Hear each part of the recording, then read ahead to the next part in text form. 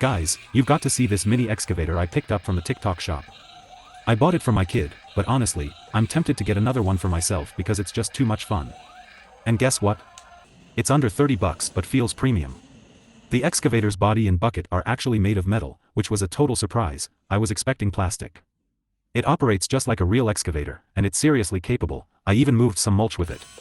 This is easily one of the coolest RC toys I've ever played with. If you're thinking of grabbing one for yourself or as a gift, just click the little shopping cart icon right above this caption. Trust me, you won't regret it.